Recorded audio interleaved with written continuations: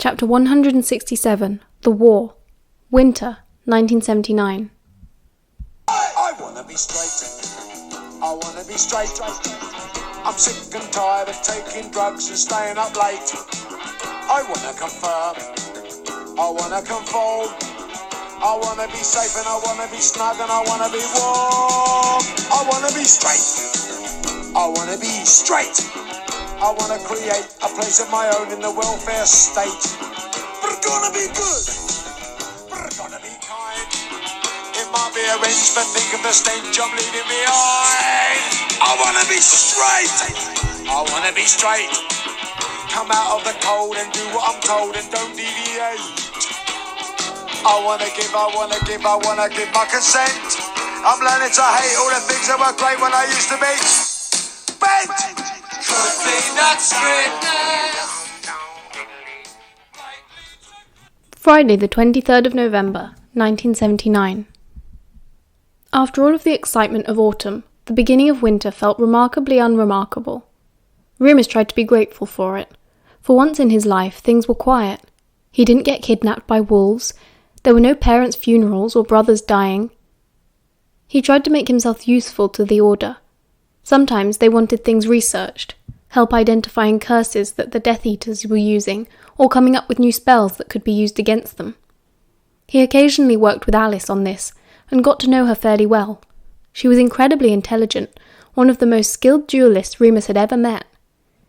He got very good at defensive charms, and spent a lot of time visiting various safe houses, setting up barriers and early warning systems. Remus worked hard. He threw himself into it. He had a very strong desire to be involved, to strive for something good. Maybe he was growing up. Maybe he was just sick of having no control over his own life. Marlene came over a few evenings a week after work. She and Remus would sit up at the kitchen table, and he would tell her as much as he could about being a werewolf, his sense of smell, his increased metabolism, and how he cared for himself during and after the full moon. He tried to be as honest as he could, without getting anyone else in trouble, and she diligently took notes, asked questions, and suggested improvements. It was difficult for Remus, but also necessary. Marlene's earnest nature and fierce determination to improve living standards for werewolves made him feel a bit better, like he might be doing some good after all. "We need to get the Ministry away from this idea that cells and bars are the only remedy," she would say. "From what you've told me, woodland is far better for the health of the subject, and we're hardly short of woodland, are we? A few protective barrier spells would do it. All we need is some creative thinking, some compassion." Remus smiled at her.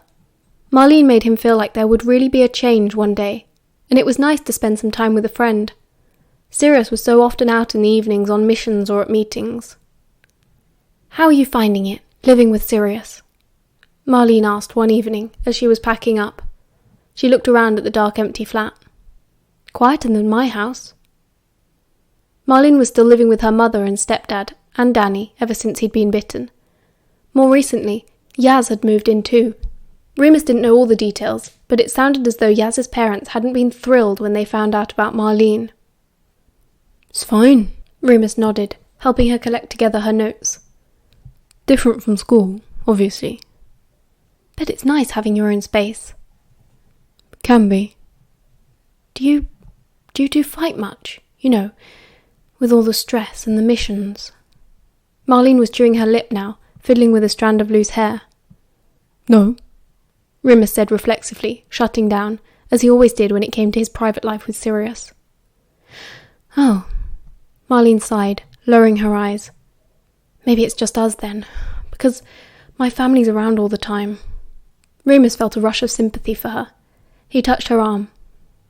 "Bet it's normal, with all the stuff that everyone's been through lately. Emotions running high and all that." "Maybe." Marlene still sounded forlorn. "Look," Remus said, lowering his voice even though they were alone. "The only reason Sirius and I don't argue is that we're barely even in the same room together lately. And when we are in the same room, we do everything we can to avoid talking about the war, even though it's all either of us can think about." He felt a rush of adrenaline having said this. He rarely spoke so openly about his feelings with anyone but Sirius. Marlene blinked at him tearfully. Really? You don't talk about it? Not since Regulus died. Oh, of course. She nodded softly, then wiped her eyes with her wrists. Sometimes I feel like it's all me and Yaz talk about. It's exhausting. God, I can't take all this death and this misery. Do you know what Mary said to me the other day? She's thinking of bowing out, giving up. On the war? Remus stared, alarmed. No. Marlene shook her head. Everything. The wizarding world. She said she'd rather just take her chances as a muggle with no education.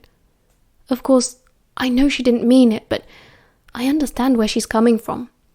We've been fighting and fighting, doing everything we can, and it's just not enough, is it? They're winning. You can't think like that, Remus said. He really didn't want to have to hear this. It was awful to listen to someone he admired being so pessimistic. She was saying exactly the things that kept him up at night. I know. We've got to keep trying. No matter what, Marlene said, still crying. But it's taking everything I have, Remus. All I do, all any of us do is just work and fight. What if the war ends and there's nothing left of me? What if I can't remember how to be happy? That's bollocks. Remus shook his head vehemently. Of course you know how to be happy. He went over to give her a hug. Marlene was almost as tall as he was, and her fair hair tickled his cheek. I'm being silly, she sniffed over his shoulder. Just overtired. The nights are drawing in. It makes me gloomy. I don't think you're being silly, Remus said as they pulled apart. And you know you have so many friends to talk to when you're feeling gloomy. I know, she smiled, cheeks blotchy. Thanks, Remus. Cup of tea? No, I ought to get home. Yaz is stuck listening to the stories of Danny's glory days with the cannons otherwise. Go and rescue her then. Remus grinned. He wanted to ask how Danny was, but he didn't dare. They hadn't spoken properly in a year, another thing that would have to wait until the end of the war. Marlene said goodbye and left through the fireplace in a blaze of green flames. Remus tidied up a bit, then went to wash the ink off his hands. It had got under his fingernails and turned them black, which made him think about Livia again. He'd become extremely enthusiastic about hygiene ever since he came back from the werewolves. He looked out of the living room window, which was fogged up with the early winter chill. Street lamps were flickering on, glowing yellow in the blue twilight, except the one outside their window, which was faulty and stayed pinkish red all night. With Marlene gone, Remus was gripped with a terrible aching loneliness. He fetched his scarf and jacket and headed out the door. The garage door was open as he approached from the dark alleyway, light pouring out onto the uneven, cracked pavement. As he got closer, he could hear the radio playing softly, a Strangler's song.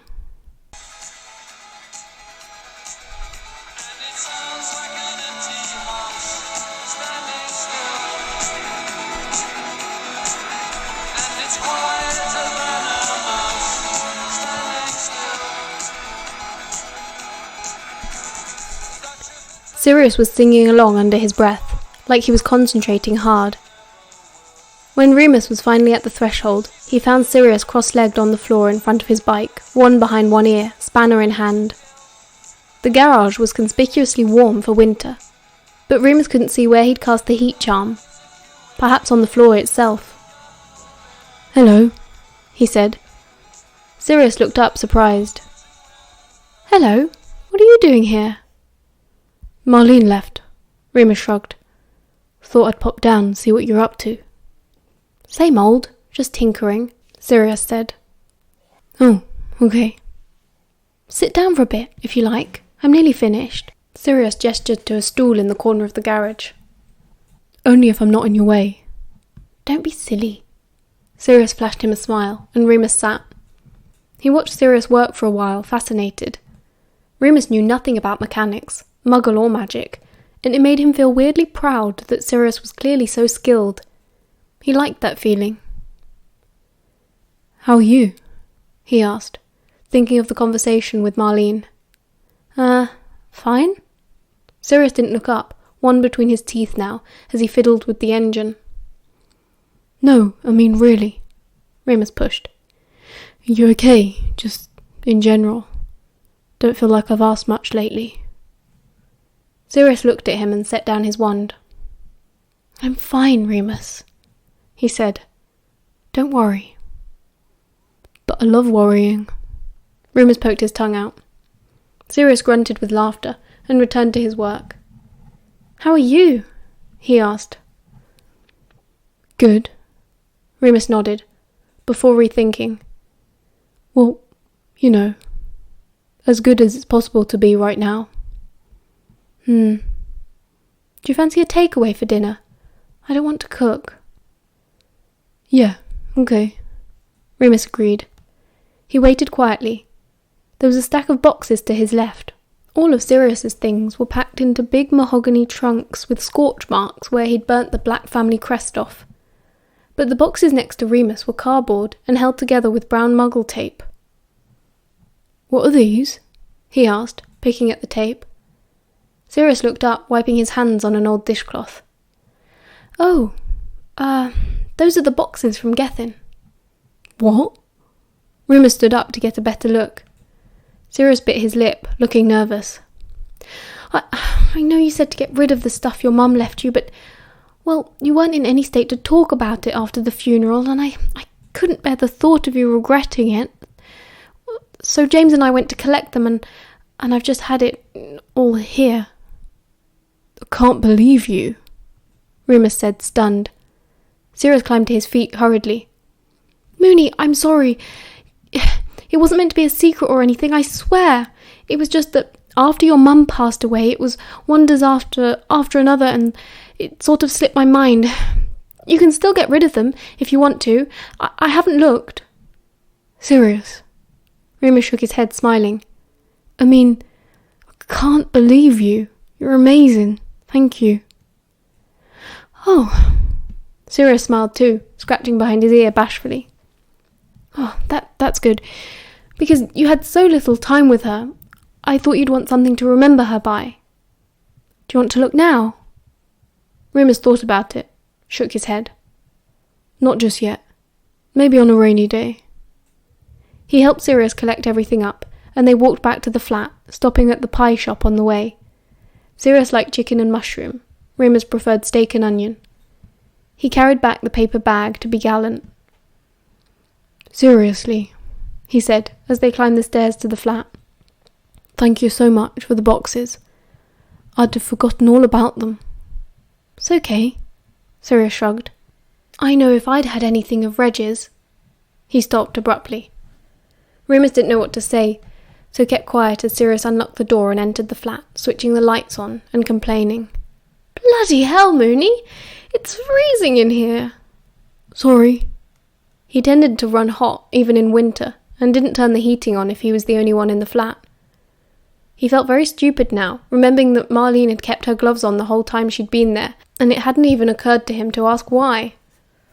Sirius lit a fire, and Remus went to get plates for their dinner. They sat on the couch, leaning shoulder to shoulder, and listening to the new album by the Police, which Andromeda had sent for Sirius's birthday. When they'd finished eating, Sirius rested his head on Remus's shoulder and closed his eyes, settling in. Remus sent the plates to the kitchen and raised his arm for Sirius to fit under. Warm, well-fed and relaxed, he could have fallen asleep just like that. How's Miles? Sirius murmured after a little while. Yeah, fine. A bit down. Down? She's just having a hard time with the war. Remus felt butterflies in his stomach, but he continued bravely. I think we all are, aren't we? Sirius was quiet for a bit, and Remus couldn't see his face, only the top of his head. But he knew he was thinking. Finally, he whispered, Yeah, we are. Friday, the 21st of December, 1979. It wasn't exactly a breakthrough. They still didn't talk about the war any more than they really needed to, but it had felt good enough at the time. And while it felt cathartic to admit that they were both struggling, There was nothing that could be done to improve things. People were still dying, the Death Eaters were still gaining power, Sirius and James were still superheroes. As Christmas approached, no one felt very merry. They would not be spending the day at the Potters this year. In early December, both of James's parents were admitted to St. Mungo's. They'd contracted dragonpox, which was so contagious it meant that just visiting them was a mission in itself. When Sirius had heard the diagnosis, he locked himself in the bathroom for 2 hours. Remus did a bit of research and found out why. Elderly people rarely survived the disease. So that became another thing they didn't talk about. James practically lived at the hospital, when he wasn't meeting with Moody or on an assignment somewhere. Lily told Remus that he'd had to pick up a lot of Fleement's work and that he was up until the small hours every night working in his father's study. "I wish I could help him," she said mournfully. "He's not ready to lose them yet. It's too cruel." Remus agreed. In what sort of world could people like Voldemort and Greyback live while Mr. and Mrs. Potter died? Remus didn't realise how dark things had become until late December, when he got an unexpected phone call. Sirius was out. He and James had been sent to West Cork to follow up on some reports of a black magic ritual taking place. Remus had been alone all day, trying to distract himself as each minute crawled by with no news. Sirius had left his compact mirror, in case anything happened, and Remus had spent the past half hour staring at it. When the phone rang, he practically jumped out of his skin, then leapt to answer it. "Hello?" Logically, he knew it couldn't be bad news. Wizards never used phones if they could help it. But his voice shook all the same. "Hello?" a voice boomed. It was so cheerful, it couldn't possibly be anyone Remus knew. Must be a wrong number. Hello?" Remus frowned. "I'm sorry, I think you have—" "Remus!" Grant sang down the phone. He sounded drunk, and there was a lot of noise behind him. "Come down to the Sawyer's Arms." "Where's that?" "Bloomsbury! Come on, we're celebrating." "Celebrating? What? With who?" "My mates." Remus felt a sinking feeling. "Okay, give me an hour." "Yay!" Then Grant hung up abruptly. Remus got up to change his clothes.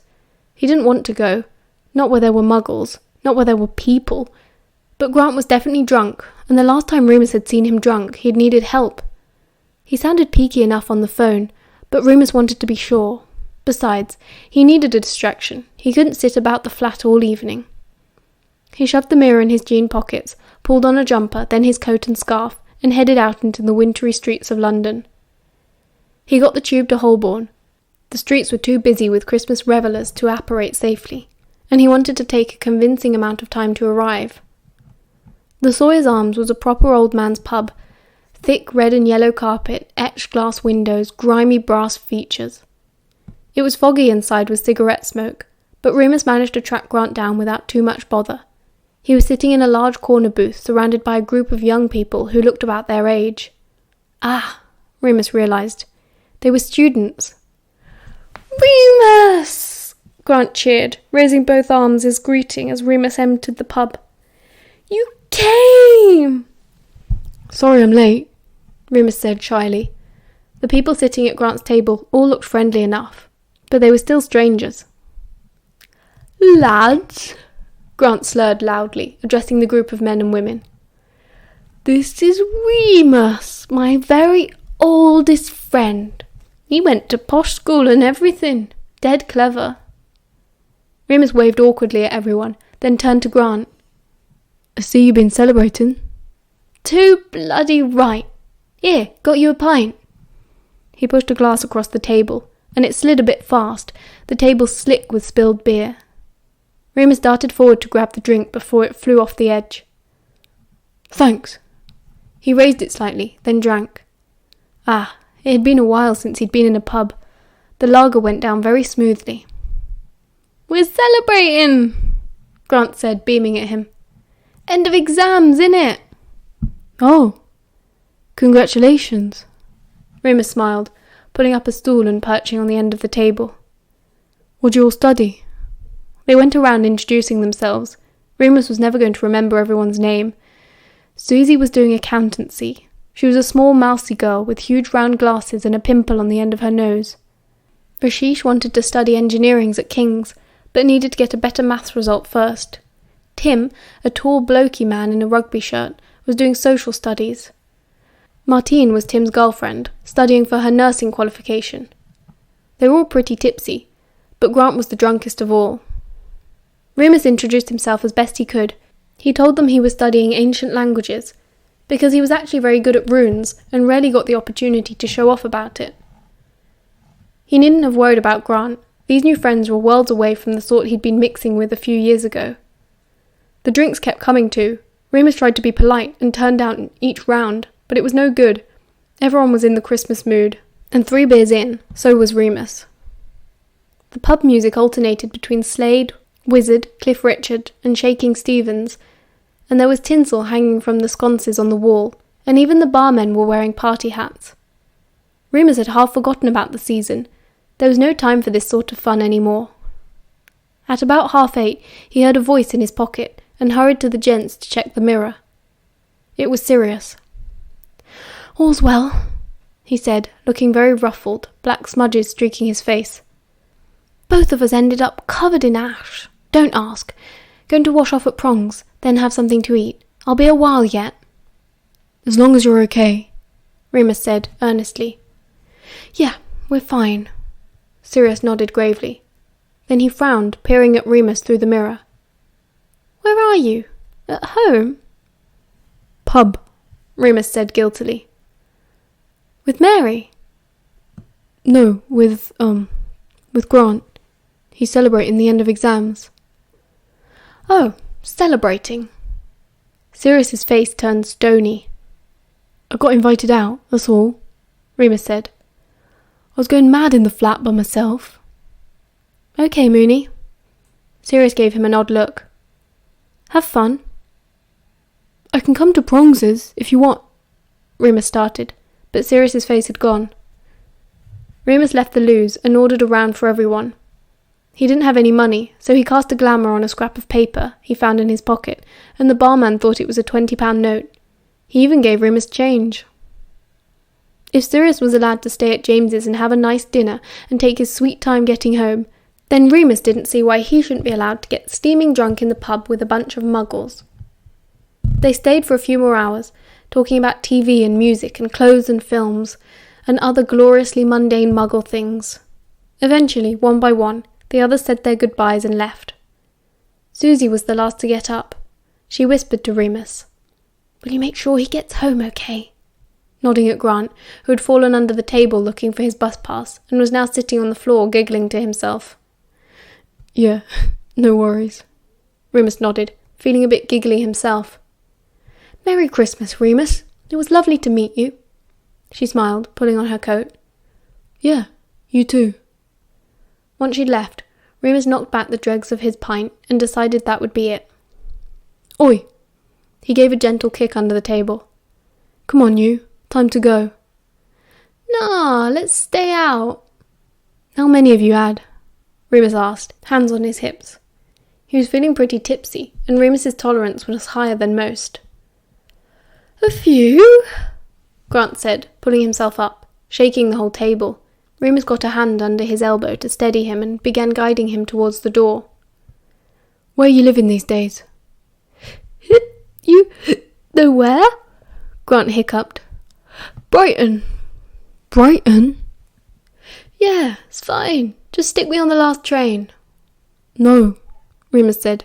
"You'll get arrested or something. Come on, you can keep on my couch." "Ah." Grant grinned at him.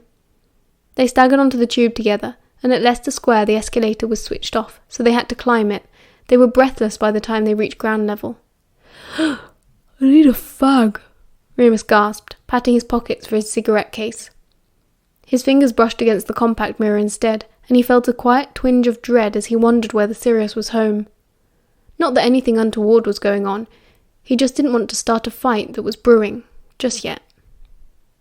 Giving up on the cigarette, he steered Grant towards Chinatown. The streets were still quite busy. Light and laughter spilled out of the Soho bars and sleazy picture houses. "Ugh, What do you think of Tim? Grant slurred, leaning heavily against Remus. Reckon I'm with a chance. I thought he was seeing Martine. He's, very tall. He's strong, Grant said. Like me a strong bloke. It's how I know you and me'd never work out. Oi! Remus took umbrage. I'm stronger than I look. Grant scoffed at him, laughing, and Remus was drunk enough to take this as a challenge to his manhood. He didn't often go for displays of masculine bravado, but maybe the beer was having some influence. Acting quickly and barely thinking, he bent and grabbed Grant around the legs, lifting him up and hauling him over his shoulders. Grant was yelping and spluttering with laughter as Remus jogged with him a few good yards. "Put me down!" he shrieked. "You've proven your point. You're very strong." That's all I needed to hear. Remus smirked, stopping to set Grant down carefully. Still unsteady on his feet, Grant grasped Remus's shoulder for support, choking laughter and grinning madly. "Ooh, what's this then?" A nasty, sneering voice came from behind them. Grant stiffened and his back straightened. He stared forward and lowered his head, making to ignore the danger brewing. But Remus was a bit pissed and couldn't help looking back. 3 men were approaching. Their faces were cast into shadow by the unreliable streetlights and tall buildings. But their body language could not be misread. The rounded shoulders, balled-up fists and wide gait. Masculine bravado. "Ignore them," Grant breathed, his lips barely moving. "Come on, quick." But Remus had never been very good at running away from a threat. "Can I help you?" The men sniggered meanly, still advancing. One spoke to another, as if Grant and Remus were deaf, or just not worth addressing at all. "Looks like a couple of Nancy boys to me. Couple of dirty queers out looking for trouble." "If they're looking for trouble," another said, "I know where they can get it." He slammed his fist into his open hand as if to demonstrate. "Remus!" Grant hissed, tugging on his coat. "Come on!" Remus ignored him. He faced the 3 men and raised his chin. Using his very politest private school voice, he said, "Move along, gentlemen, before I do something you'll regret." The men crowed with laughter and did not move. Remus was glad. His lips curled, he shifted position, legs apart, and stared them down. With a slight turn of his wrist, they froze to the spot. It took them a second to realize what had happened, their gormless faces now visible in the red light of a neon sign flashing in the shop window next to them. They stared at each other, tried to move their legs, but they were fixed in place, as if they'd stepped into quick-setting concrete. "What the fuck?" one of them grunted angrily. "Don't be scared, boys," Remus grinned, rather enjoying himself. "I don't bite. Often." "I'm gonna fucking batter you, you puff!" one of the men yelled. "I'm gonna beat the piss out of you!" That gave Remus an excellent idea. He snapped his fingers quickly and watched the men's faces. One by one, a look of horror crossed each of them, and Remus caught the scent moments before their jeans began to visibly darken. "Poor loves," Remus chuckled. Even Grant stopped tugging his sleeve and stared in disbelief. "Have you pissed yourselves?" The 3 humiliated men started shouting insults then, each one worse than the last, but it didn't matter. Remus and Grant were both practically hysterical. "Come on," Remus said, slinging an arm around Grant's shoulder. "Let's go." He did not release them until they were 2 streets away, locked inside the flat. It was hugely risky, doing magic on a busy street in central London in front of muggles, but Remus couldn't work himself to feel guilty about it. He was jubilant. It didn't seem like Grant understood what had happened. He was pretty drunk, and mostly just relieved to be safe, so Remus thought he'd got away with it. Back in the flat, he cracked out the whiskey to toast his own success, and was met with roaring approval from Grant. Sirius wasn't back yet, and Remus decided not to care about that either. Most likely he'd decide to stay at the Potters for the night. Remus dug out some blankets and pillows to make up a bed on the couch for Grant, and then they settled in for another few hours of drinking and smoking and laughing. Time began to warp, stretching and contracting the more intoxicated Remus grew. It must have been almost 2 a.m. when they hit the bottom of the bottle. Remus ran his finger around the bottom of his glass tumbler, then sucked it. "Ugh," Grant whined from the sofa. "Gotta give up the booze. New Year's resolution." "Huh," Remus barked, slouching down in his armchair, rolling a cigarette. "Remus?" Grant asked dopily, his head lolling over the arm of the couch, blonde curls tumbling back from his upside-down face. "Yeah?" Remus slurred in response. "Can I ask you something?" "Yeah?" "Have you got a plan?" "A plan?" Remus frowned, confused and bleary. "For what you gonna do with your life, you know?" "Oh." Remus scratched his head, arms slow and heavy. "I dunno. You?" "I dunno," Grant sighed. "Been thinking.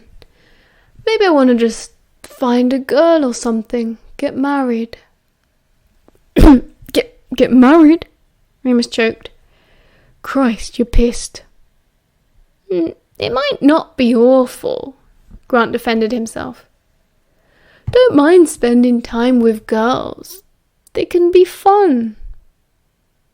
"Yeah, but, you know, if you got married, then you'd have to be expected to..." Remus gestured delicately. Grant snorted. "She might not want to do it much. Anyway, might not hate it. Never given it a try, have I?" Remus put his fag between his teeth thoughtfully. "I did, once." "Oh yeah?" Grant sat up, interested. "And?" "It was okay," he shrugged, lighting up. "Not much to say about it, really. Mostly just embarrassing. We're still friends and stuff." "Can't be that bad, then," Grant sighed, leaning back once more. He looked sad, and Remus wished he knew how to cheer him up. Grant reached his hand out towards Remus, who sighed and handed him the newly lit cigarette. He began to roll another. Grant sighed, rolling his head back and blowing plumes of smoke up at the ceiling. "They just always let me down, that's all. Men." "Not always," Remus said, not liking the melancholy turn things were taking. "No," Grant replied wistfully, glancing up, meeting Remus's eye. "No, suppose you never did." Remus felt a flutter of warm pleasure at that, though maybe it was because he was so drunk. Grant was still staring at him intensely, and smiling a bit now. Something passed between them. A very small thing, but something. The door opened and Sirius entered, bringing the winter chill with him. He stopped in his tracks when he saw Grant, who scrambled to sit upright. "Hello," Sirius said, eyes darting back and forth cautiously. Remus never had guests over, let alone muggles. "Hiya, mate." Grant stood up quickly, extending a hand across the coffee table, the empty whiskey bottle on top. Sirius shook it politely. "Grant's been celebrating the end of his exams," Remus explained, feeling guilty but not sure why. "Oh, congratulations." Sirius nodded, his expression guarded. "Cheers," Grant grinned. "Have a drink?" "Oh, bugger, we've had it all." "It's fine." Sirius folded his arms across his chest and raised an eyebrow, putting on his bored aristocratic routine. "I'm going to bed." He didn't give Remus so much as a second glance, just walked through the living room, down the hall to the bedroom. "Never got you in trouble?" Grant whispered. Remus shook his head. "He's tired. I'd better..." "Oh yeah, of course. I'm knackered anyway. Thanks again for letting me stay." "Anytime." Remus smiled, meaning it. "Thanks for inviting me out. I really needed it." He patted Grant's shoulder as he left. Sirius was undressing. He ignored Remus, who closed the door quietly behind himself and sat on the end of the bed. "How did the mission go?" he asked gently. "Is James..." "A muggle in the flat, Remus!" Sirius snapped. "Did you even think about the danger?" "What danger?" Remus frowned, confused. There's a war on! This place is supposed to be a safe house. It's supposed to be locked down tighter than Gringotts. Funny, Remus said flatly. I thought it was supposed to be our home. Sirius didn't respond, just glowered, tying the strings on his pyjama bottoms. Remus rubbed the back of his neck, sighing. Look, he lives in Brighton. I couldn't have just abandoned him at the train station. He was plastered, Remus tried to explain. So the solution was to get even more plastered, Sirius shot back. Sonora quisis, Remus said, casting a silencing charm on the bedroom, the first time they'd needed it since Hogwarts. If you want to fight, he said, stretching his arms out invitingly. Let's go. I'm more than happy to oblige. I don't want to fight. I want to sleep, Sirius said. Okay, fine. Remus shrugged. He pulled off his jumper, t-shirt coming with it, and began changing for bed too. Sirius got in under the covers and watched him, still scowling. He definitely did want to fight. I can't believe you just went out to get pissed. It's Christmas, Remus muttered. Sorry if I wanted to squeeze a tiny bit of joy out of the season. You couldn't wait, could you? The second I left the house, you had to... You're always leaving. Am I supposed to sit around worrying myself sick all night? I still exist when you're not here, you know. I still need to talk to people sometimes. Huh, Sirius scoffed. You want someone to pour your heart out to all of a sudden? That's rich. Go fuck yourself, Remus yelled at the top of his voice. Go and fuck your muggle. That's obviously what he's here for, Sirius shot back. Remus reeled as if he'd been struck. He stared at Sirius and saw the hurt in his eyes. Was this all just boring run-of-the-mill jealousy? Remus forced himself to relax, to lower his shoulders and unclench his jaw. He closed his eyes, breathing in. Grant's on the couch, 'cause he's my friend, and I didn't want any harm to come to him, he said very steadily. And I'm in here with you, because there's nobody else I'd rather be in a room with, even when you're being a massive tosser. Sirius's lips pursed, then relaxed. He looked very much like he wanted to keep arguing, but had nothing left to say. In the end, he just slumped back into the bed, arms folded, and said to the ceiling, You're a massive tosser. Remus laughed, finished changing, and climbed onto the bed, crawling towards Sirius. I'm your massive tosser. He reached up for the edges of the cover and pulled it down, peeling it back from Sirius's body. Sirius allowed it, watching Remus, who started to untangle the knot of string on Sirius's pyjama bottoms. He pulled those down next, and licked his lips. Let me make it up to you. Sirius bit his lip, nodded, then arched his back, and they didn't speak again for hours. In the morning, Grant had gone. End of chapter 167.